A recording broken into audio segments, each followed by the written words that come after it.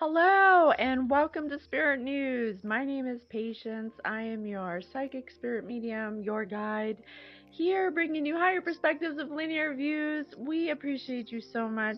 I am here doing real-time development, sharing all of my information with you on this platform, and we are so pleased to be here with you at this time.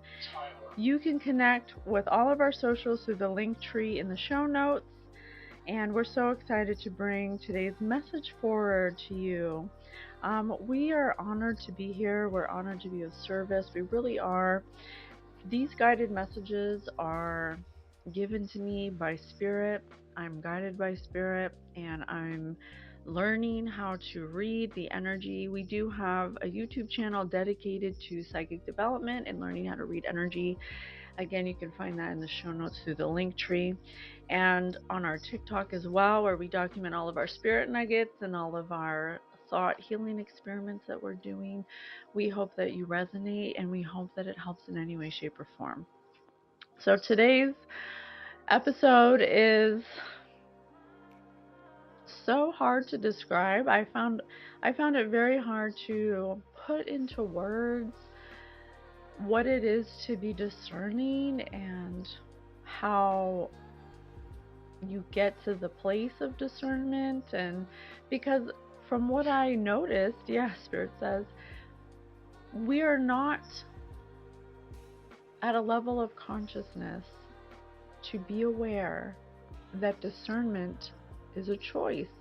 It's a choice to have it, but you have to have awareness of it to start to develop it.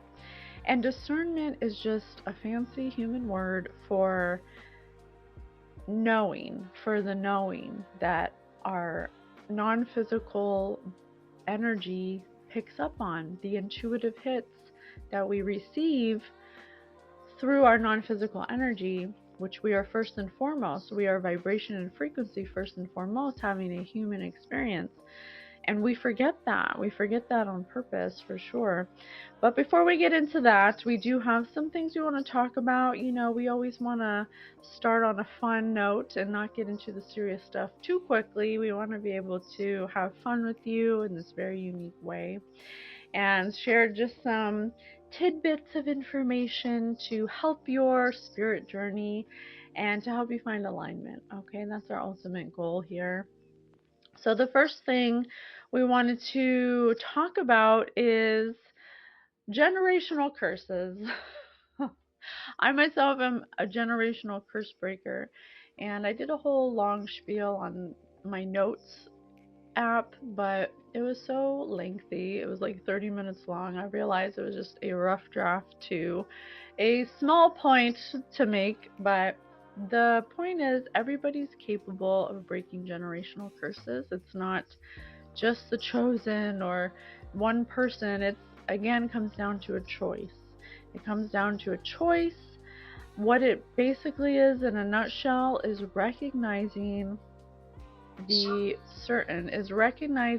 behavior patterns and the toxic ways we live our lives and make decisions, and seeing those patterns and deciding to not do them ourselves. That's all it is. But the thing is is that it takes self-awareness to do that. If you don't know that what you're doing is reacting out of an emotional reactiveness because of unhealed wounds, you will continue to treat people that way, to hurt people, to do messed up stuff to your loved ones, to your children. You will continue the cycle. You will continue the pattern, which makes it a generational curse. And hopefully along that generation, a soul comes that can have a higher perspective of their linear view and see that their loved ones are in pain and they're suffering their emotional baggages, and they're unstable and unbalanced in their healing, and they have things that they need to heal from, and they continue to be reactive, emotionally reactive and hurtful to those that love them and who they claim to love, because they're unable to take accountability for their actions. Because I don't know why, honestly, I don't know why. Maybe they're just not ready to admit what they've done, or maybe it hurts too much to know that they've hurt people in that way to take responsibility for that. Who knows? I don't think it's really important to know why people do it, like that in that sense, but to know that people do it from a place of suffering. Disagree. Oh, Spirit said disagree. Or they do it from a place of insecurity, I should say. They do it from a place of insecurity or some kind of childhood wound of rejection, of abandonment, of who knows, but they are capable at any point in time of grabbing that by the horns and deciding to break it, to end it, to take responsibility for it. And what that would look like is, kind of like Alcoholics Anonymous, where you go through the list of people you may have emotionally reacted against or taken steps of negativity towards or acted in toxic ways towards, and you show remorse. You repent.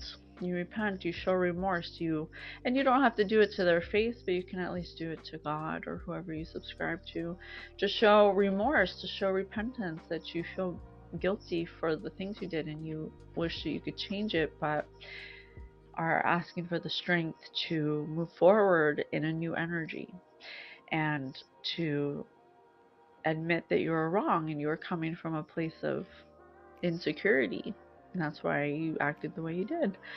But a lot of people can't admit that, because if they admit they did wrong, then that somehow is admitting that they have psychological problems. And people don't want to admit that, which is fine. Everybody in due time comes to meet their maker. Okay? But you can be a generational curse breaker if you are somebody who is deciding to purposely do the opposite of what all of your relatives have done when it comes to emotional behavior patterns. And for example, if your mother is somebody who marries for money, and you see that every person that she decides to be with is somebody that she chose for the benefit of them taking care of her, and this is just an example, then you will realize that that is a pattern in her behavior that you do not wish to copy. Because usually we, as children, we see the patterns of our parents and we repeat it because that's how we think you're supposed to live.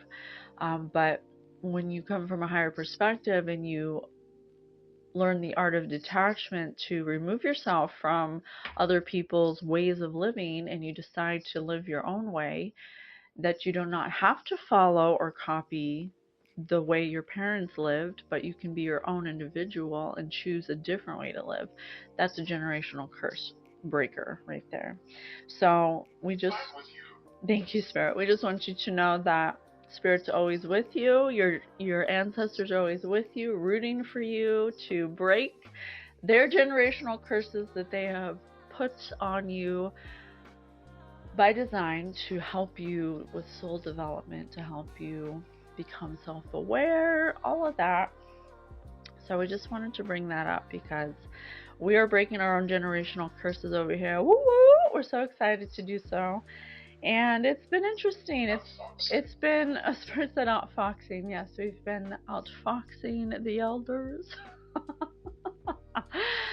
I don't like to think of it that way. We're just seeing things from a higher perspective, and we want to come from a place of love. We want to come from a place of understanding.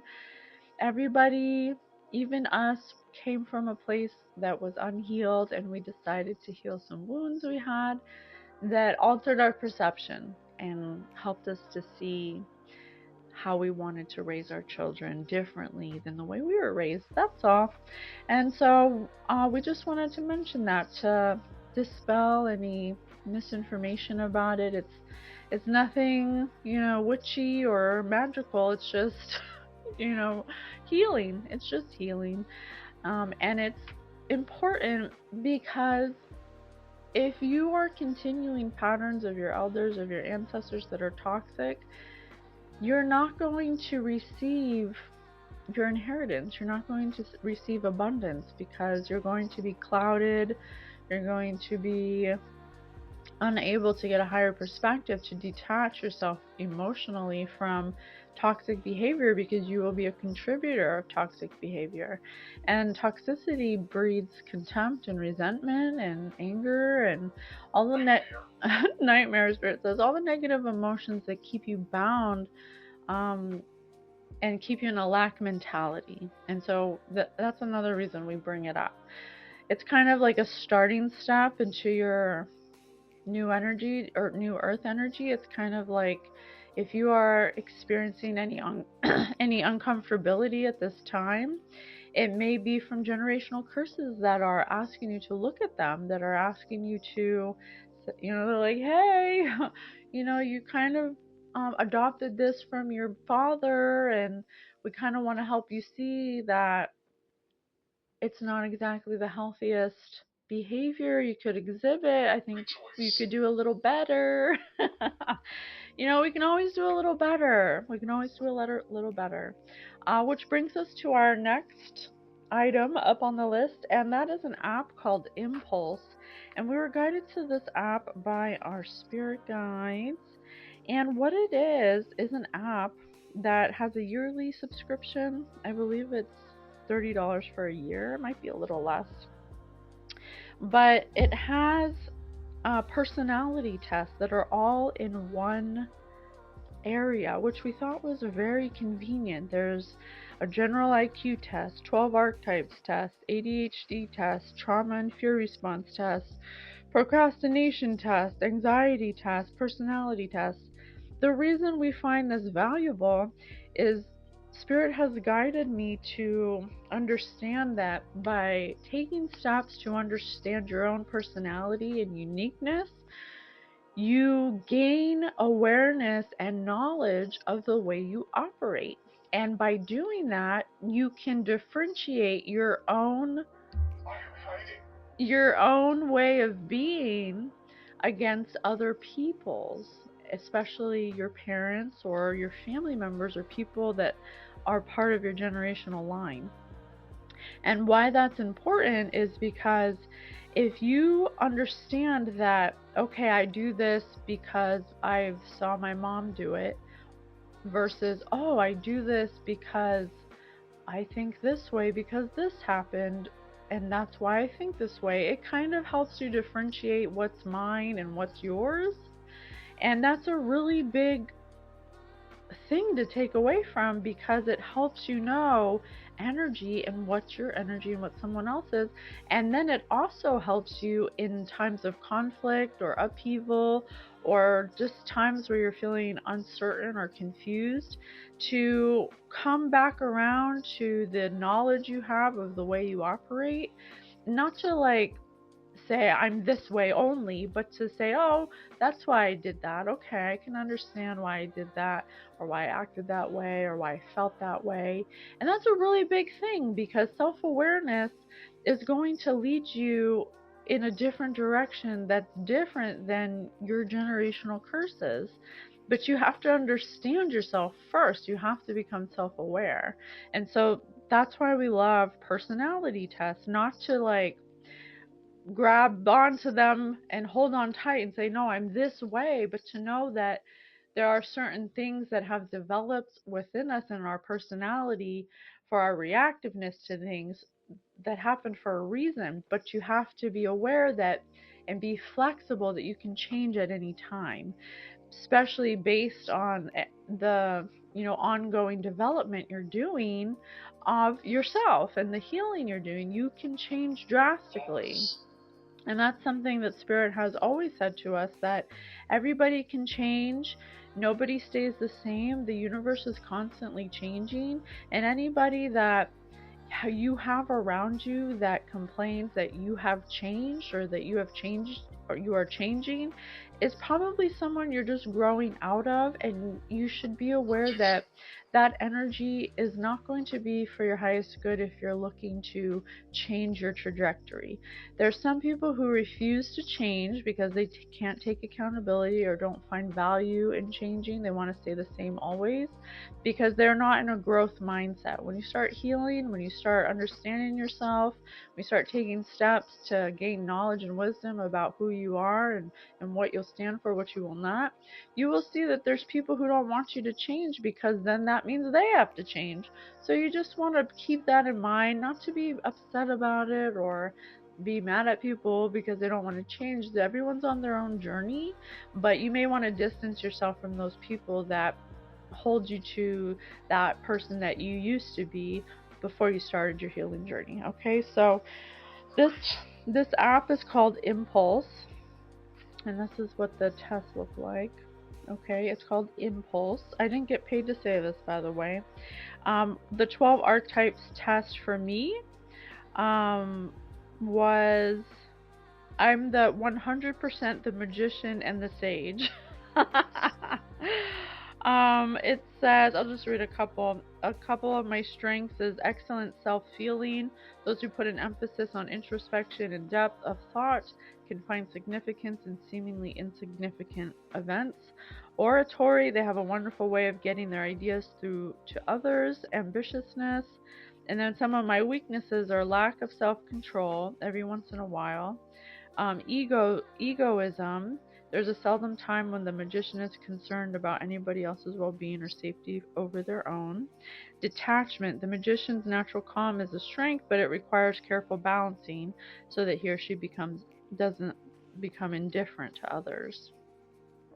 Values, change, awareness, innovations, fears, non-success, routine, unplanned outcomes. Work, wants to be recognized for their efforts. People who like intellectually challenging employment tend to handle many tasks at once. And then the sage is high intellect. They aren't faking it when they say they know what they're talking about. Critical thinking, they have an analytical mind that is always questioning and dissecting. Rationality, they can put aside their emotions and think clearly to make sound choices. Weaknesses, coarseness. If people don't pay attention to the sage's advice, they might get into a quarrel. Overthinking, leniency. I won't read it all, but these are awesome things to be aware of, because then it helps you understand your fears, your values. And I find, as a psychic spirit medium, when I do readings for people and when I do readings for the collective, that a lot of people don't understand themselves, so they will attach themselves to other people who do understand themselves, and they'll almost take on their personality traits. They'll mirror them, because that's what we do as humans.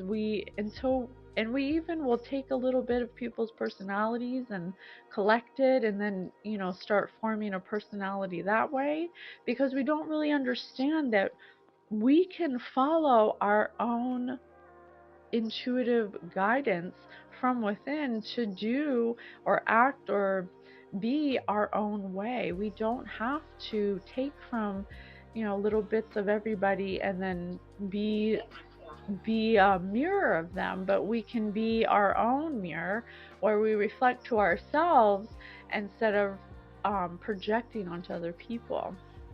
So it's an amazing tool to have. I also really enjoyed the personality test, where I was an INFJ, the supporter.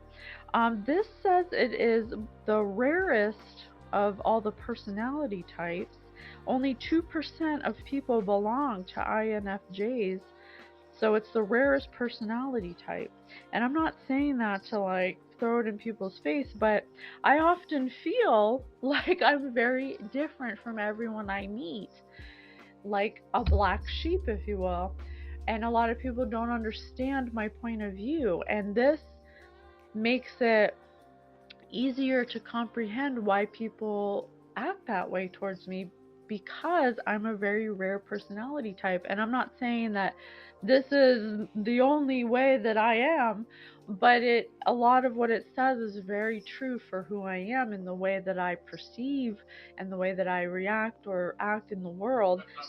And so it helps me to understand why people might misinterpret me, and it helps me communicate better around different people, and helps me feel their energy and how it's different from mine. So we find it very valuable to have this type of information. Also, what the app also includes, which we find is awesome, are brain games. And a lot of people don't really take into consideration that your brain needs exercise.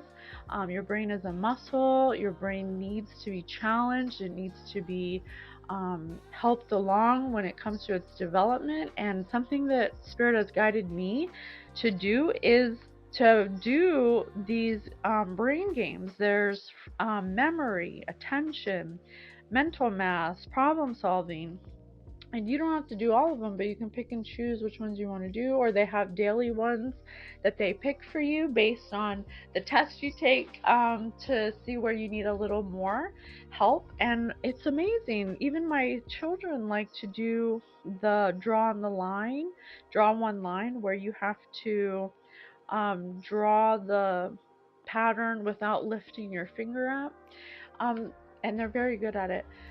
But what it does is it helps you to exercise your brain, so that way you're always moving it, you're inputting information, you're giving it something that's challenging, but without a lot of, I don't want to say effort, because it does require effort, but without a lot of debt. Like, you don't have to, it doesn't cost anything. You won't lose anything. If you lose, you'll just understand where your brain's at on a functioning level. Because in our society, we have so many chemicals, and we have so many processed foods, and we don't get enough sleep, and we have our phones, and all of these things contributing, taking away from our brain function. It's up to you to take the time to exercise it, to give it some challenges, to give it some exercise. So we love the app Impulse. We highly recommend it. Didn't get paid to say that. We recommend it very much.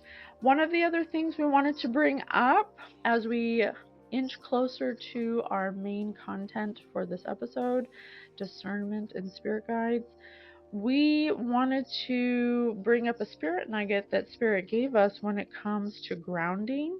Now, grounding is something that Spirit suggests you do, and it's very everybody talks about grounding, but it's very elusive. We feel like the way people talk about it is like something that you should know. You should already know how to do it and what it is.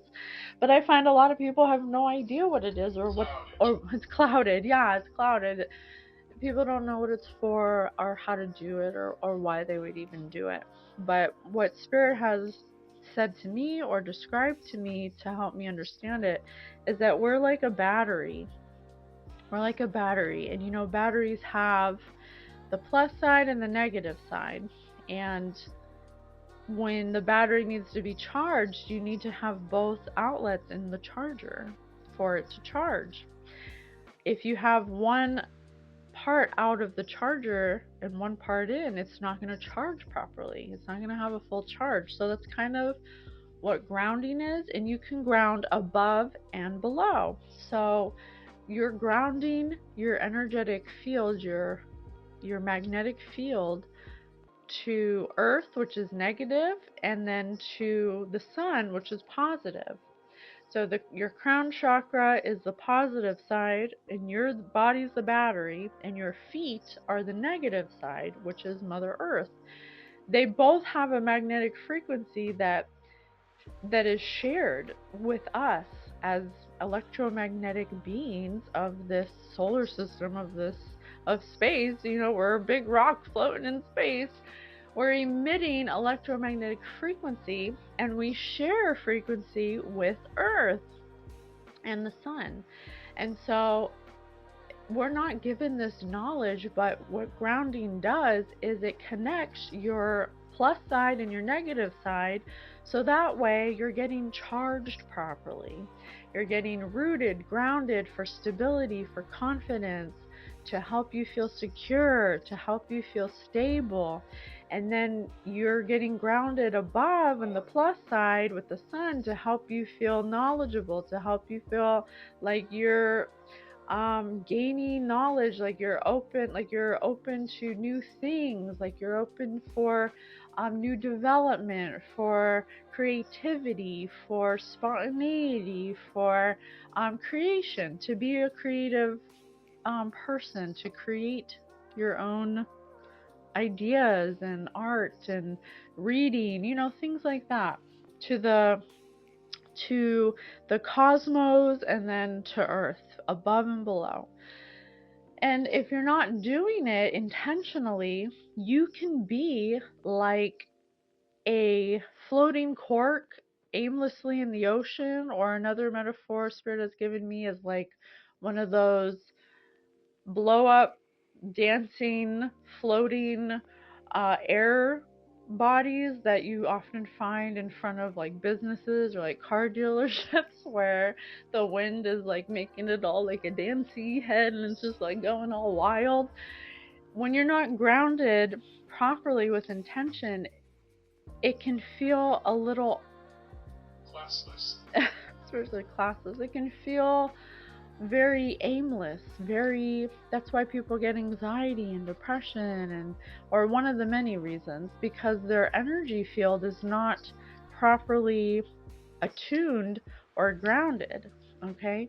And so one of the things Spirit has taught me, that's why it's important to ground, so you can be a straight streamed line of energy through the top of your head to the bottom of your feet, so it's streamlined.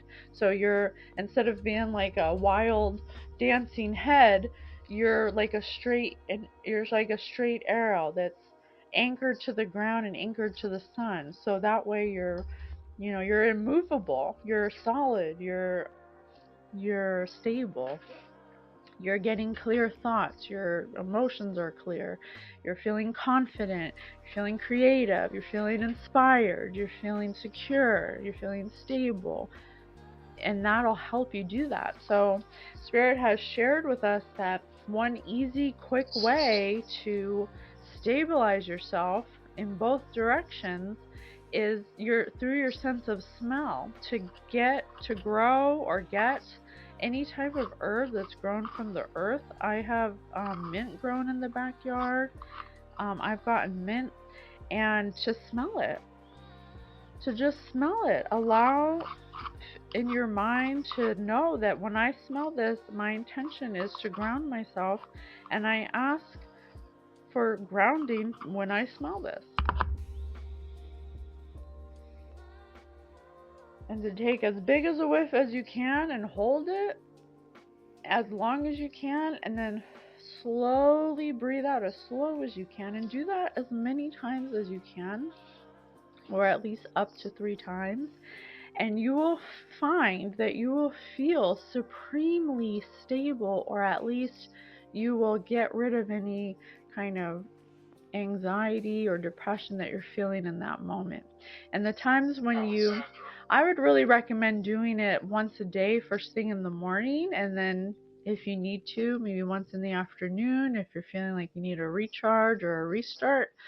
But if you can't remember to do it every day in the morning, then do it in those times when you're feeling ungrounded, when you're feeling anxiety, when you're feeling sadness, when you're feeling depression, when you're feeling uncertain, when you're feeling like a midlife crisis is coming on. Those are the times when you want to do that technique, and it'll help bring you back to homeostasis. So you're, instead of being like a floating head or like a dancing head that's every direction, uncontrollable, you'll be like a streamline, anchored, strong.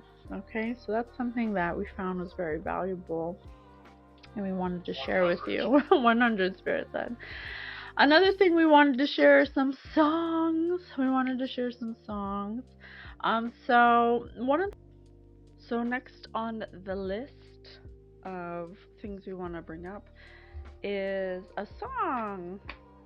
So one of the songs that Spirit wanted to bring up is by Brandy, Almost Doesn't Count. Now, I used to love this album back in high school. I listened to it over and over again. Maybe it was no, it was high school. Yeah, like 10th, 11th grade. On repeat all the time. The song is Almost Doesn't Count. This song was stuck in my head for a week. I was singing it around the house. I was like, this is clearly a song that Spirit wants us to bring up in Spirit News. So the song lyrics start like this.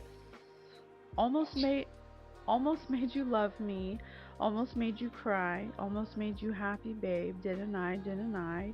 Almost had me thinking you would turn around, but everybody knows almost doesn't count. Almost heard you saying you were finally free. What was always missing for you, babe, you found it in me. But you can't get to heaven half off the ground. Everybody knows almost doesn't count. And I was like, wow, I kind of feel like that's what Spirit is saying to the collective, because we have brought up before Spirit nuggets where Spirit has communicated that that they want to have a relationship with you.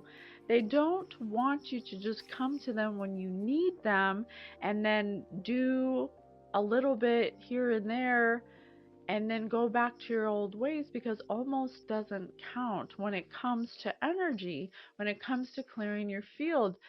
Once you start this chain reaction, you have to be willing to sustain it. You have to be willing to be consistent. You have to be willing to be committed, be in a committed relationship with Spirit, and not in a religious way, like you have to go to church every day, but instead of just asking them for help when you need something, when you're at your lowest low and you're like, please help me, I don't know what to do, instead of getting to that point of needing their assistance or being intentional with the asking of their assistance, they want you to recognize that they are there for you all the time, every day, every single hour, minute, second, and that they would love to have a relationship with you just like you would a friend or a family member, because these are your ancestors, these are your loved ones, your angels, your spirit guides. They don't want you to feel like you can only ask them for help when you need it. They want to have a relationship with you and have you be committed to doing that on a daily basis. And the way that you do it isn't like a normal relationship with a parent or a friend. It's non-physical. So the ways you have a relationship with Spirit or your ancestors is to ask for help on a daily basis. And a lot of the times we think, we have a misconception that you can only ask for help when you absolutely are in dire straits. Number 10, Spirit says.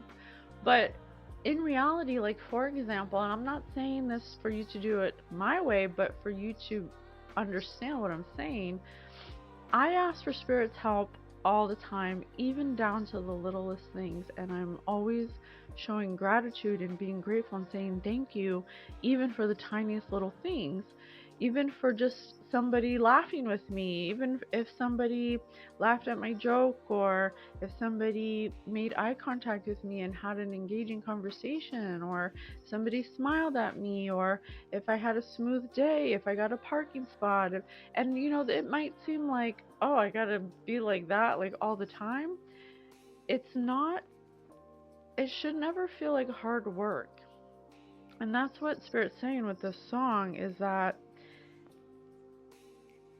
they want you to build a relationship with them so you get to a point, a revelation of awakening, where you realize that they're actually connected to you at all times.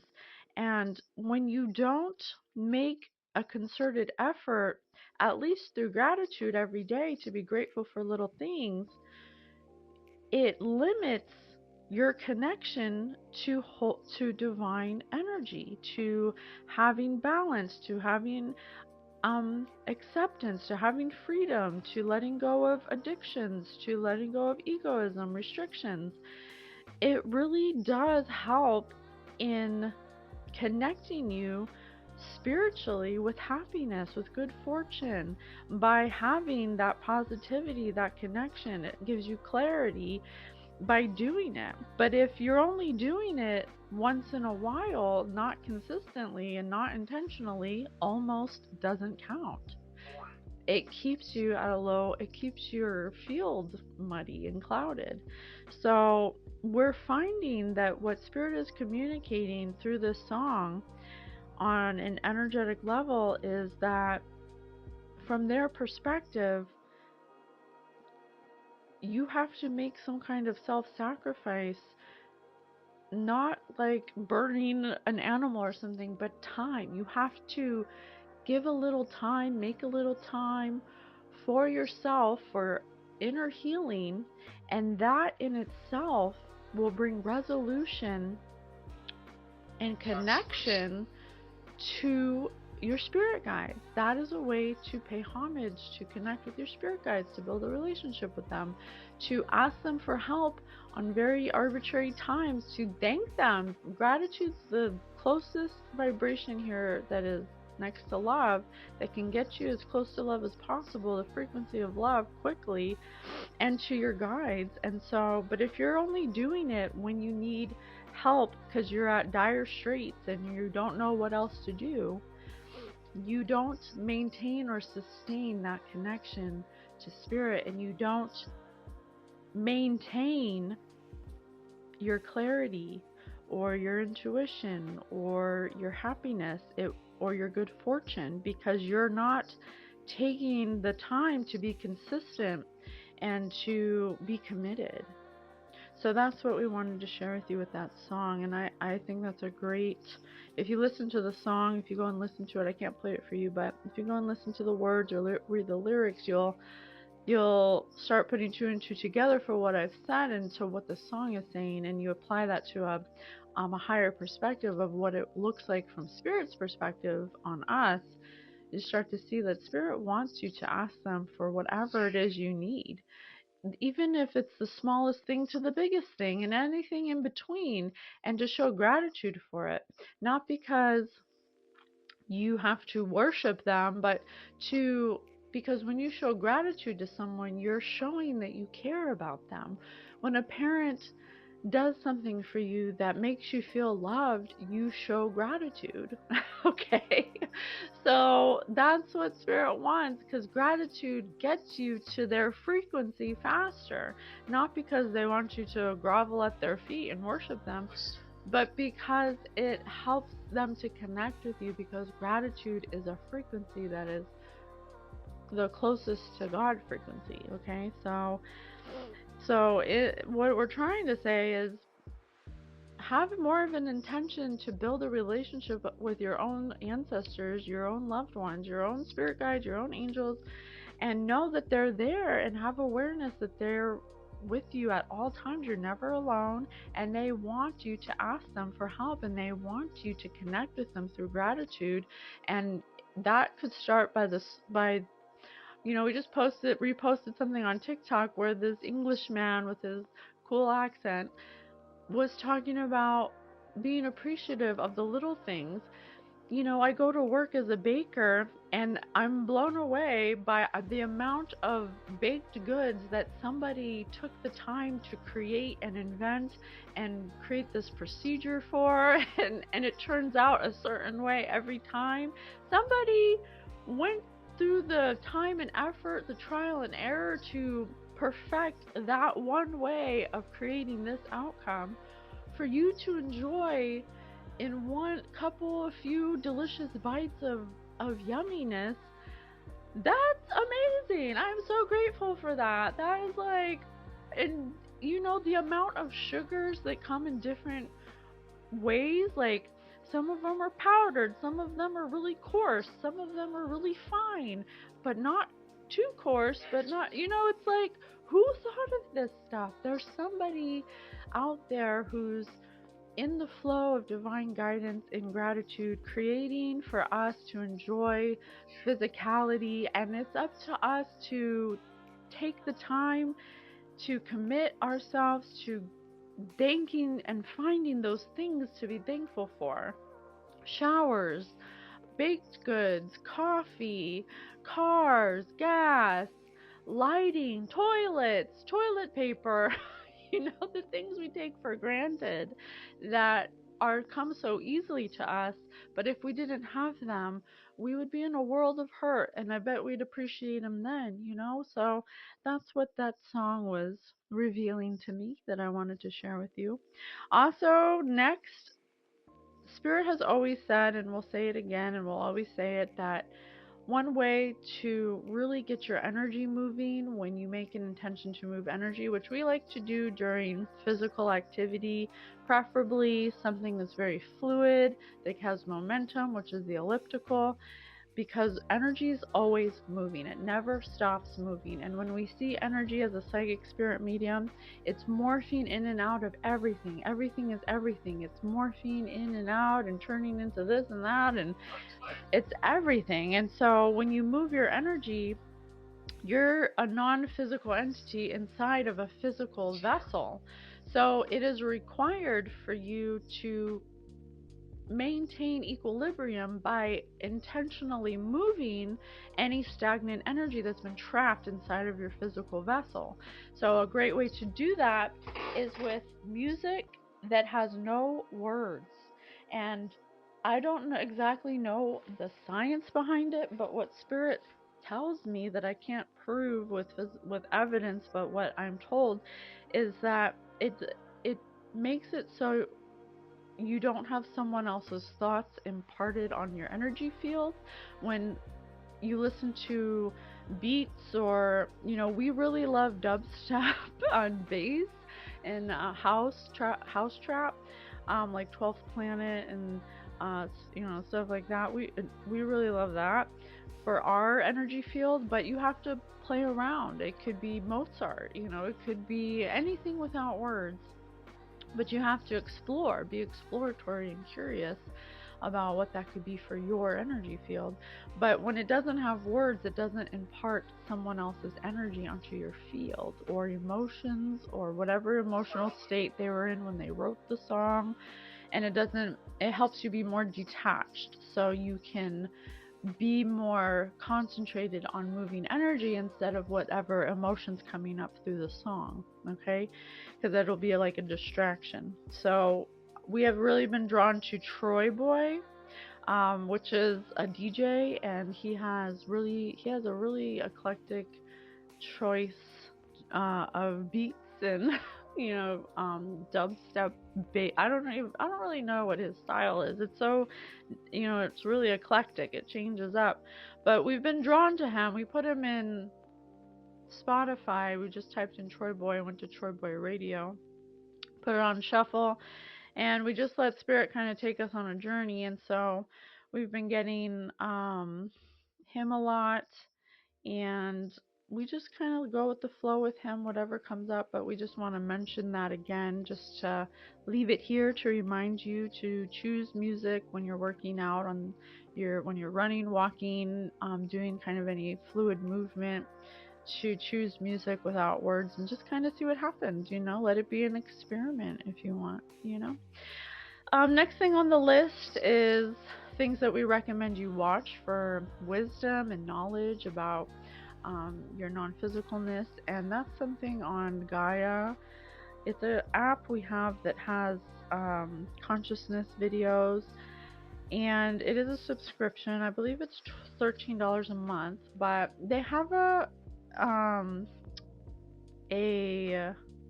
Gaia original series called Sacred Geometry, Spiritual Science with Robert J. Gilbert, PhD.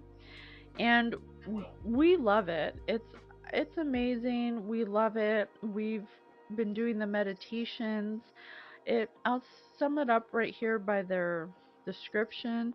How can we materialize energy and thought forms into physical reality? Robert J. Gilbert, PhD, was a USMC instructor in nuclear, biological, chemical defense who took his experience and turned his focus to the patterns that define our reality. Sacred Geometry.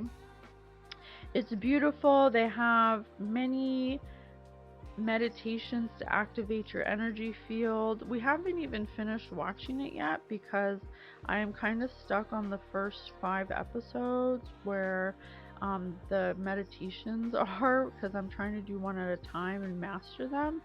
But they do have one that we're focusing on, which is the energy healing sphere.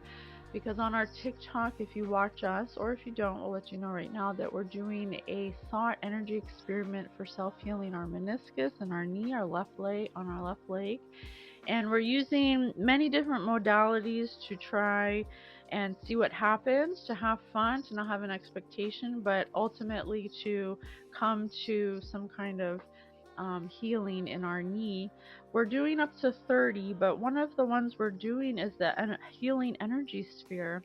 So we're being educated by our own spirit guides that anybody is capable of healing themselves, and that maybe not in this year, but in the future, possibly our children's future or our children's children's future, we will be at a place of consciousness where you don't go outside of yourself to heal yourself.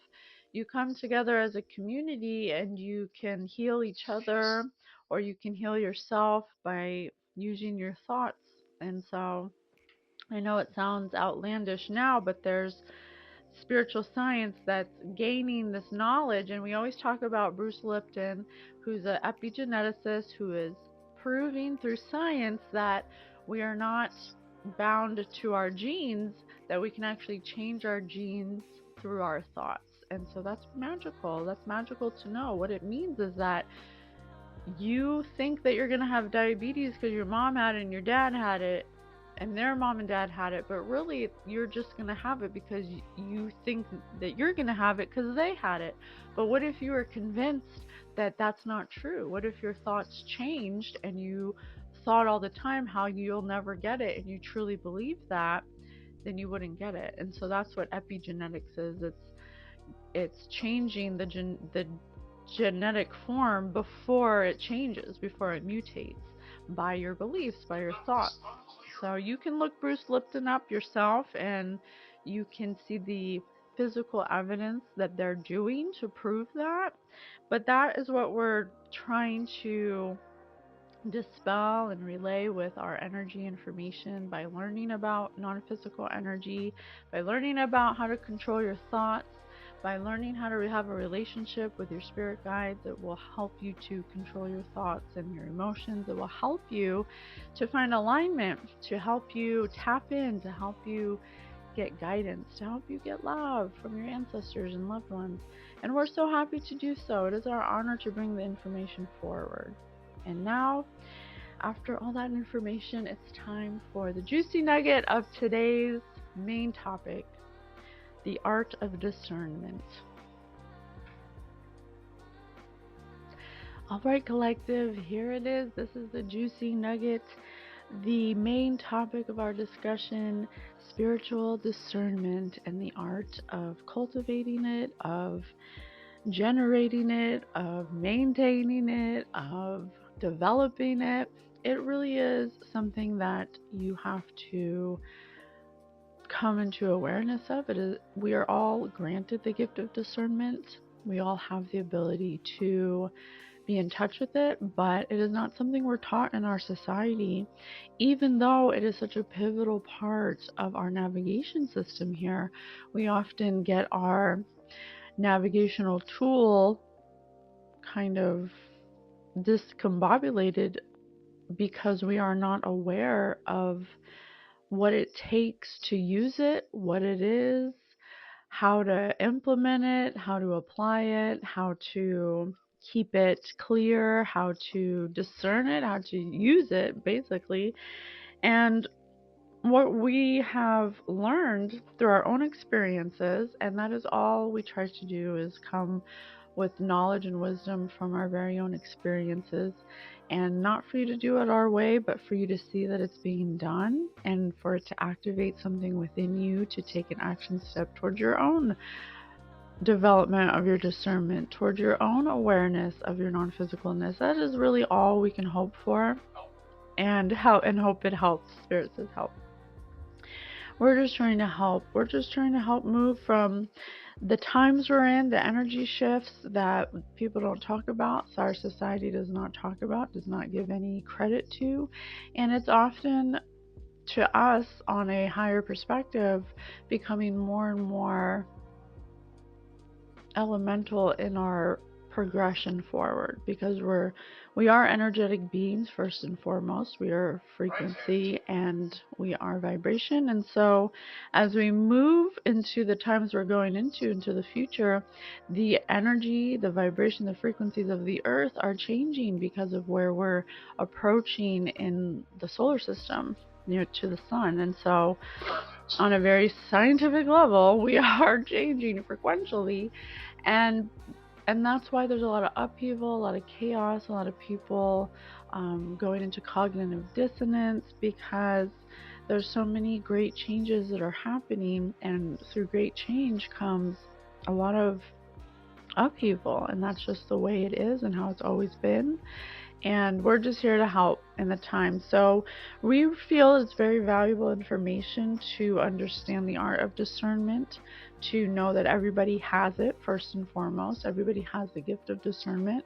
The gift of discernment is a non-physical attribute of your non-physical energy that we have labeled as psychic or as intuitive, but it is basically the art of knowing. It is the ability to know well, to know truth.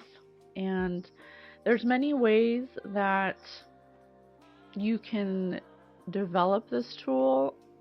We're going to give you a multitude of ways that our own spirit guides have guided us into developing our own, and we're just sharing with you what works for us. But just remember that everybody's different, and everyone's on their own unique individual path, and everybody has their own unique individual frequential signature. And we want you to remember that we are not sharing this information for you to do it exactly our way. We're just here to be an example to show you that it is being done. And in saying that, we're just going to share with you a few things that help us to develop our discernment. And what we are finding is that discernment is not something that you all one day are developing and then you're just done developing it. It seems to be just this ongoing process that's constantly fluctuating and changing, and it maintains or contains a level of flexibility, the ability to be flexible in any moment, to be able to get an observatory perspective of all situations and people, and it's really something that's not really cut and dry. So I don't want to say I had a hard time putting this episode together, but I did, my logical mind wants it to be really streamlined and wants it to be like really, boom, boom, boom, it's this, that, and the other. But what I'm finding that it is not just that. It is very fluid. It's very here and there, and you have to adjust yourself to certain people, and you have to be surrendering at all times and knowing that everything will be fine ultimately in the end, so that your frequency is clear, that your field is clear of any fear-based thoughts, other people's fear-based thoughts, other people's projections. It really does require an awareness that is elevated beyond what you would even imagine. And as a psychic spirit medium, I have done the work for you so I can be able to articulate it, so you know what it feels like when you're starting to encounter certain energies, and you are needing your gift of discernment in every moment that you're in, but especially the hard ones where you're coming against people that don't have your best intentions, that don't want your highest good, or when you're trying to make a decision that may have hidden error in it, where you're trying to overcome that part of that uncertainty. It's to help you reach the best decision and clarity, and to be able to recognize and distinguish between hidden error and evil intentions in others. And so this gift we have, this tool, is something that is innate. It's just part of your vibrational stance. It is your non-physicalness. That's what it is. And so tapping into it or utilizing it or developing it is just part of the human experience. But now we're bridging this gap in the energy we're going into, where we're actually turning on or activating this part of us, where by using this tool of discernment as a navigation system, it starts by knowing that you're non-physical energy. And so once you have that awareness that that's a possibility, you will start to see that in moments of crisis and moments of uncertainty, you get that anxiety feeling. You're like, what's the best decision? Because we're ultimately trying to make the best decision for the highest good of the all. That is the intention. I want this decision to not just be for me. I mean, I do want to not suffer in any way, but I also don't want anyone else to suffer around me. I don't want to hurt people. I don't want to attain wealth or knowledge by the consumption or the pushing down of others. So first and foremost, your discernment should be built on that principle, that on that moral standard, that you want to use this gift not to be self-serving, but to be of service to the all. And that just means that you don't want anybody to get hurt ultimately. You don't want to gain by someone else's pain, is essentially what that means. And so one thing that really helped for me, that Spirit guided me to learn, to help develop my own discernment, is to find joy. And we talk about that a lot. And some people might attach this misconception about toxic positivity to that statement, find joy. But really, what you have to understand about energy is that you are pure positive energy having a human experience. You're pure positive energy, pure unconditional love. You're the highest frequency of love in the universe, in a dense body that kind of closes or kind of stifles that frequency that you are. And so finding joy is not ignoring negative things and then pretending they didn't happen. That's toxic positivity. What finding joy is knowing or understanding or distinguishing that you are confronted with both at all times. Everything here is dualistic, so it's good and it's bad. And it's up to you to decide, to choose consciously with intention that you want to focus on what makes you feel good emotionally, not physically. We're not talking about a nihilistic society or, following your bodily pleasures. We're talking about emotionally. And so finding joy is one of the greatest tools that we've had, that Spirit has guided us to, in order to pull us out of dark moments, of moments of not being able to forgive, of moments of anger, of moments of resentment. Correct. Because it's ultimately a choice. If you're surrounded by someone who's constantly bringing you down or making you feel less than, ultimately, if you are continuously feeling that way, you have to understand that if you can feel that way, you can also choose to feel the other way. And so it doesn't happen overnight. That's for sure. None of these things that we're going to talk about is just this aha moment where it's just like that all of a sudden. No, it takes, first you have to become consciously aware of the situation, you have to become consciously aware of your attitude about it. Then then those situations have to happen for you to get the hang of, or the swing of it, to get the hang of consciously becoming aware of every trigger you have and choosing joy in that moment and understanding what the joyful part of it is. And from what we're learning is that just because something bad happens does not mean that nothing good is happening. And that's perspective. And so in this universe, what really helped me understand and to choose joy, and even in hard times, is that because it's dualistic, it is never not happening at the same time, ever. It's never just bad. It's never just good. It's both at the same time. And so just 2020, so just that scientific push of like information really helped to wrap my head around that it is a choice. Okay, well, if it has to exist at the same time, then I will always have the choice to choose. And so one way that we have developed our own finding joy is the yes no game.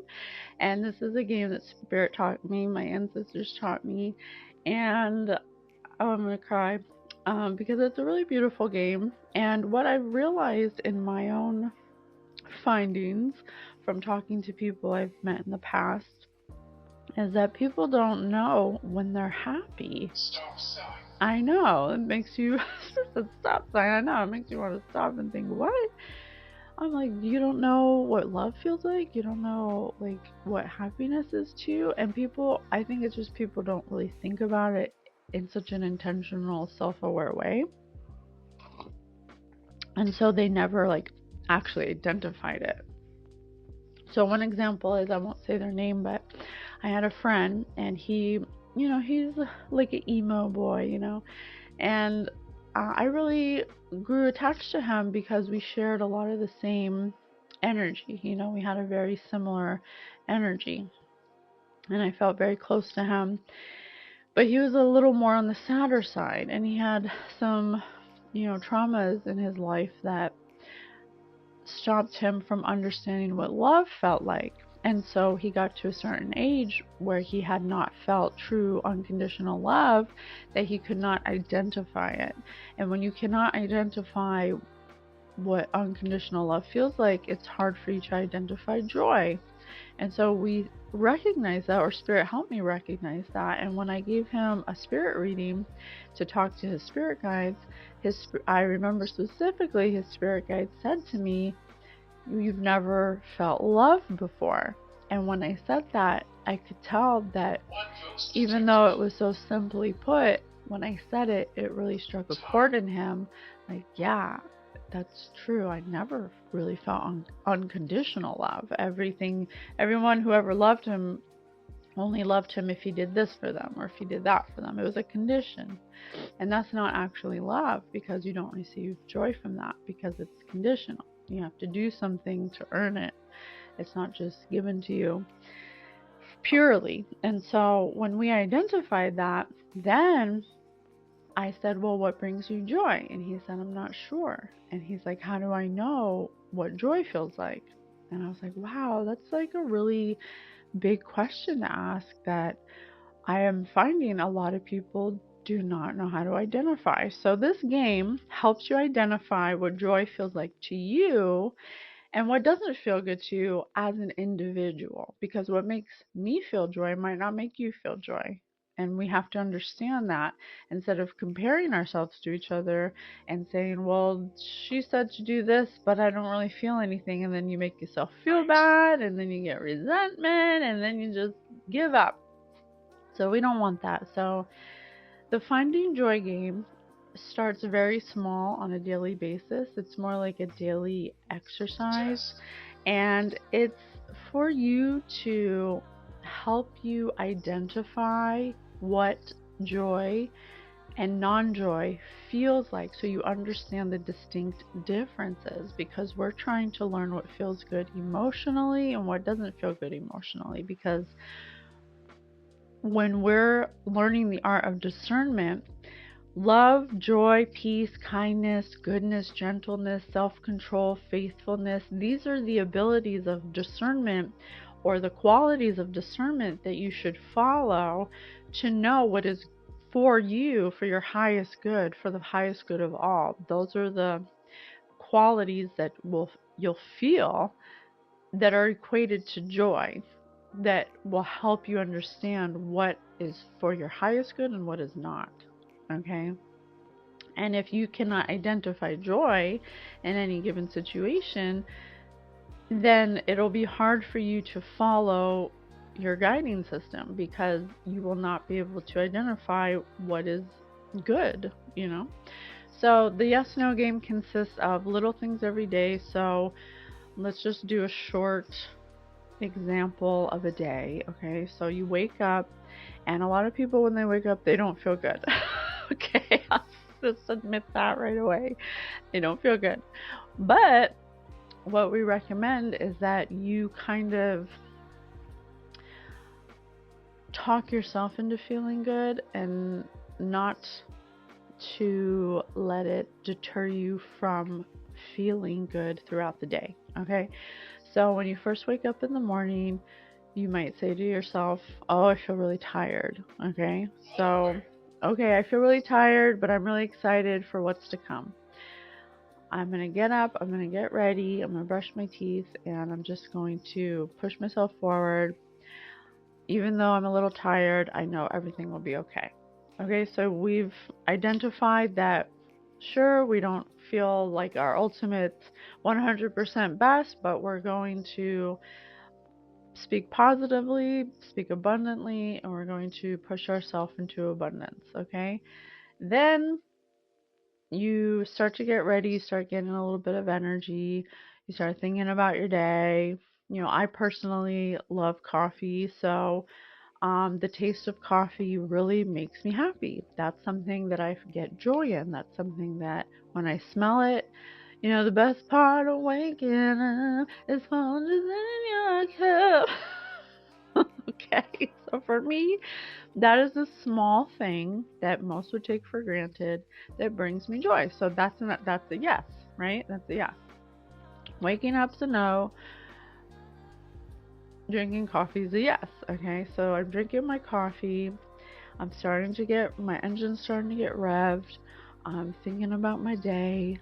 I start thinking about getting dressed. Okay, I like to get dressed up. I like to put some lipstick on. That makes me feel good. To wear some lipstick, to curl my lashes, to do my hair, put my lotions on my skin. That's a yes for me. And what's a no for me is if I don't do those things, if I don't do those things, I don't feel good. Okay, emotionally. So that's my no. What's next? So then get not so, yeah. So you want to identify the things that make you feel good emotionally, that make you feel like you can go out there and conquer the day, and you want to identify the things that would make you tired, make you hold you back, make you feel lazy, make you feel like unmotivated. Those are the things you want to identify, and not that you need to avoid them, but by identifying them and being consciously aware of them, you're playing the yes-no game. So you can start to feel in small things every day that make you feel good, that don't make you feel good. Once you have identified those feelings, and you know, it could, just to like extend on that, it can be like your favorite dish you like to eat, or your favorite person you like to hang out with, or a coffee shop you like to go to, or you know, certain things like going to the home goods store, or playing with your animals. You know, there are things that bring joy, and you have to identify them. You can journal them down, or you can take mental notes, whatever works for you. But this is something that you should do for at least a month, 3 weeks, longer, intentionally. You're like, okay, I'm going to start today. I'm going to give this 30 days to identify my yeses and my nos, so I can get a really good baseline of what feels good to me and what doesn't emotionally. What the things that bring me joy, the things that make me unmotivated. Okay? And that's the yes no game. And the game just helps you to identify what brings you joy, because a lot of people don't understand that the little things that bring them joy are actually telling them what their stance is, their vibrational stances, and how to build the discernment. Okay? So once you understand what joy feels to you, then you'll be able to tap into love, peace, kindness, goodness, gentleness, self-control, faithfulness, loyalty. You'll be able to tap into those things and identify it in other people, or identify when it is not in other people, because they will not feel like those things. And you have to learn how to surrender. The next thing is surrendering, because you have to trust that the information that you're getting is valuable, that it is real, that it is true. And it's not that you have to act on it, but just being aware, like, okay, when I'm around this person, I always feel like I'm questioning them. I'm always wondering if what they're telling me is true. I never know what's going to come out of their mouth, if it's going to be positive or negative. It's usually negative. If this person is always talking about money, there's certain identifiers that always make you feel like yucky or like, tired, like we call them energy vampires. And not because they're like an actual vampire, but because they're in a low frequency that's always negative, that's taking energy instead of giving energy, that they don't feel joy, they don't feel joyful, they don't feel like love, they don't feel like kindness, goodness, gentleness, they have no self-control, they have no faith, they have no discipline. True, Spirit says. So those are the so that's telling me in my discernment that this person isn't for my highest good. This isn't somebody I can trust. This isn't somebody that would have my back ultimately in the end. And those are the kind of people you want to stay away from. You don't want to give your time to people who do not have those qualities or make you feel like they have those qualities. Because otherwise they're going to be hidden errors. There's going to be hidden intentions. There's going to be evil intentions. There's going to be jealousy. There's going to be envy. And that could be a friend. It could be a family member. It could be a coworker. So this is why it's good to know your discernment. And so surrendering to how you feel and trusting that, not pushing it aside like, oh, well, I can't prove it, so I'm just going to keep hanging out with them because I can't prove that how I feel is true. No, how you feel is Bible. Like it literally is. Your body and your mind, your soul are screaming to you, this person is not for your highest good. So to separate yourself from those kind of energies, otherwise, you don't have to, it's all optional. But if you do not trust or surrender to the intuitive hits you're getting for your discernment, you will suffer the consequences, because you knew that whole time that that person was untrustworthy, and yet you chose to continue to be their friend, not believing your own intuition. So surrendering is a big part. And then, we talked a little bit about understanding yourself. Understanding yourself comes with knowledge, with wisdom, with time, with experience. It also comes with trusting your intuitive hits and acting on them and seeing how it plays out. And then also we talked about the personality test. Those can really help to understand yourself and the way you operate according to where the stars are at. Not for you to follow it exactly, or to look up other people's stars and then define them in that way. It's really just a personal tool for you, not for you to do to other people. We would never recommend you look up other people's birth charts and stuff like that. But understanding yourself will help you know what you stand for when you're talking to someone. So nobody can tell you who you are. Like, for instance, someone perceives you in a very negative light, and so their fear perception of you will have you do, in their mind, crazy things that you would never do. And they might project that onto you. And if you understand yourself and what you stand up for, what your morals are, what your intentions are, you can confidently say no. The number 2. That might be how you're perceiving me, but I can tell you 100% that that is not true. And I know it's not true because I know myself, and I would never do that, you know? So that's kind of like what it looks like. And then one of the other things we highly recommend you do is do your spiritual hygiene. And this is something that we save for last because, besides one other point we're going to make, because people don't do it and they don't find any value in doing it. But if you do not do your spiritual hygiene, which is like clearing your field, energizing your chakras, cleaning your chakras, grounding yourself above and below, taking spiritual baths, putting your feet in the grass, you know, going outside into nature. These are just non-physical things to clear your field of other people's projections, energy, because we are non-physical energy having a human experience. We all have a bubble of energy that we emit, that we are encompassed by, that is like literally like a soap bubble, and it can attach little dark shadows of other people's that we come into contact with, even our electronics, even our social media, and it can manifest itself as thoughts in our subconscious that can often be mistaken as our own thoughts when really they were placed there by predictive programming, or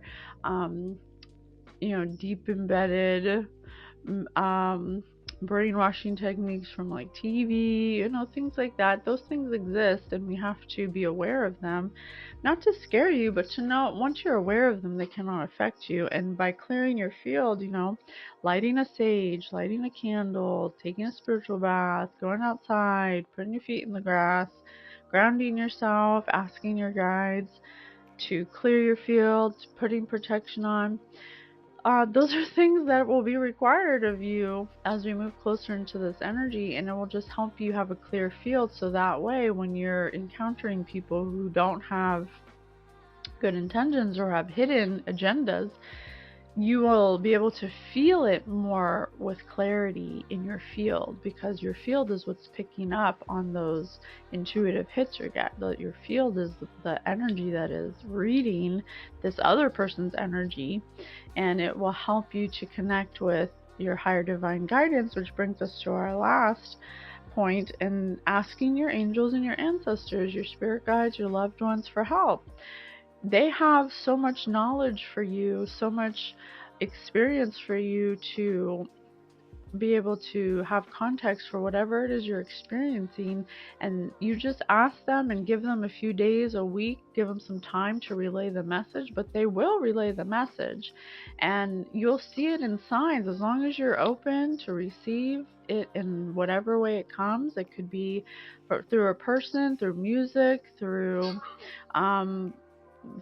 animals, through symbols, through signs. You just have to ask for the help and for the guidance, and then they'll send it to you in whatever way, as long as you're receptive. So,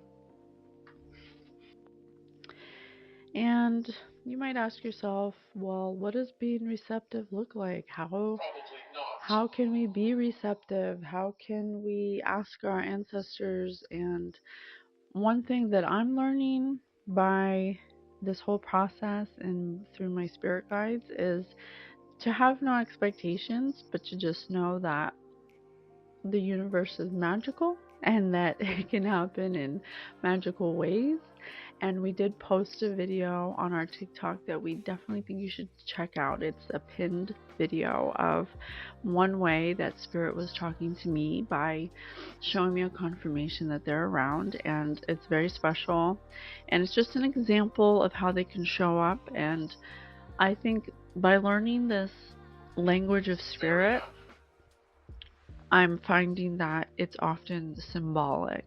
So when you're asking your ancestors, your spirit guides, angels, loved ones for guidance, first you have to ask, and the asking it is given, Spirit always says. So, for example, one day you're with somebody you think loves you or you want to love, and you're unsure about if you should stay with them or if you should let them go. So you want guidance from your spirit team, from your ancestors. So one day you wake up and you say, ancestors, grandma, whoever you want to ask, angels, please help me know if this person's for my highest good or if I should let them go. I'm open to receiving any messages you have for me to guide me in the direction that it will be for my highest good. And then you let go, and you just know the law of assumption that they'll give you an answer. They'll never not answer you, but it's up to you to see the symbols and the messages that they're sending. So, and then you also have to understand that it's going to take a couple days because it started as a thought, as an energy. You projected it out, you asked. Now you need to give time for your non-physical ancestors to kind of line up the correct components in order, because they have to project their energy into physical, which doesn't happen in the blink of an eye. It happens over time. Things have to unfold, and you have to be in the right place, and you have to go get that coffee that you usually don't go to, but this time you decide to go to it because that's your guides gently nudging you to, hey, try this place today because there's going to be a book there where you look at the book and it has your cousin's name on it, and your cousin's the one who's been on your mind. And then you open it, you pick it up, and you open the book just to see what it's about, and you turn to page 85 and it says right there that this person is jealous of you. Boom, that's how spirit can speak to you, and then, or you can say, please give me 3 confirmations that you're saying my cousin is jealous of me and I should stay away from them. And then, throughout that week, you'll see your cousin's name, or people that look like them, or, that's how it works, So we have to get out of this expectation that it's going to plop on our lap and be this written message of long length that says verbatim everything we need it to say. It's coming in many different other ways that we're just not used to recognizing, but it can be very magical once you start getting the hang of the way they're speaking to you, because they're always speaking to you. They're never not speaking to you. And so it becomes like a really fun game at that point where you can start asking silly things like, show me 3 green hats. If this is you, show me 3 green hats. I always say use the power of 3 to understand when Spirit's talking to you. And then the one last thing we want to help you identify with the art of discernment is when you know that it's not for your highest good, or when it's advice or suggestions that aren't from a higher divine source. And those will be the moments where you have anxiety, fear, depression, you're unmotivated. If anyone's giving you advice that scares you, or that makes you feel anxiety to move forward, or that keeps you stuck, or that makes you feel uncertain all the time, Spirit will always give you clarity. You will always have clarity of love, clarity of joy. It'll always be kind. It'll always be gentle. It'll never be impatient. It'll never be forceful. It'll never be, you have to do this now or else, or if you don't do it now, then this is going to happen. I can promise you that this will happen. It's never like that. It's always just a gentle nudge that, hey, this person could possibly have a spirit of jealousy, just to watch out for them. They never tell you what to do. They never say you have to do this. They never make you feel pressured in any way. They never make you feel fearful in any way. Anything that makes you make a decision in fear is not going to be for your highest good, because fear is not even real. Fear is expectations appearing real. Okay, false expectations appearing real. And so we make a lot of assumptions when we are in a fear frequency about people, about things, and then we convince ourselves that they're real. But really, we don't have any proof of that. We can't say that it is. We don't have any way of knowing that what we fear is actually true, because usually fears are stemming from something that happened in the past or something that hasn't happened yet. It's never usually something that's happening right now. If you're in a fear state, you're either living in the past or you're living in the future. And so when you're feeling hopelessness, when you're feeling like nothing's going to work out, when you're feeling like it'll never change, those are all fear states. And the Holy Divine Spirit does not come from a place of fear, because they are unconditional, pure positive energy. So they do not have the capacity to have fear. So you have to know that that's coming from somewhere else. And you have to know discernment in order to be able to identify when you're acting out of fear, or just on orb, or when you're acting out of love. And so those are the indicators of each one, so you know what's what. Okay? So we hope that this helps. We just want you to know that this isn't cut and dry. It's not something that you develop overnight. It has taken us many years to get to the level of discernment we're at now, and we're not even done learning. You're never done learning. It's always, like we said, a very fluid process. It's always different for each person you encounter. And once you think you got it down, another person comes along that changes it up, switches it up on you, and you have to kind of learn that direction. So it's very versatile, it's very expansive, but it's ultimately a tool, and everyone has it, and we highly recommend you develop it in this time. We do a lot of collective reads where if people had just trusted their own discernment or learned how to develop their discernment, they could have avoided a lot of towers, a lot of pitfalls. Not that this life is about avoiding towers, but we ultimately want to be able to pick and choose the towers that we feel will be the most helpful for us, especially if we've already experienced the tower, of a certain lesson that we've already learned. We don't want to keep learning it over and over again. We want to be able to discern it, so that way we can identify, like, oh, I've seen this before. This is familiar to me. I understand, like, I should stay away from this person, or I know what decision to make now because of decisions I made in the past. So we hope that it helps in any way, shape, or form. We love you so much. We do our collective reads on psychic development on our YouTube channel. If you want to become a subscriber, we would absolutely love to have you. Any kind of likes, comments, shares, subscribes, we are so grateful for. We truly are. We're here to be of service. So it's not about the likes, it's not about the subscribers, but we truly appreciate all the donations and the emails of confirmation. And we are here on our own journey, just giving the knowledge and wisdom that we collect, the observable data, to help you in this time, so you can find alignment, so you can learn love for yourself, so you can be connected to your ancestors. And we love you so much. All right, we'll see you in the next one. Bye, guys.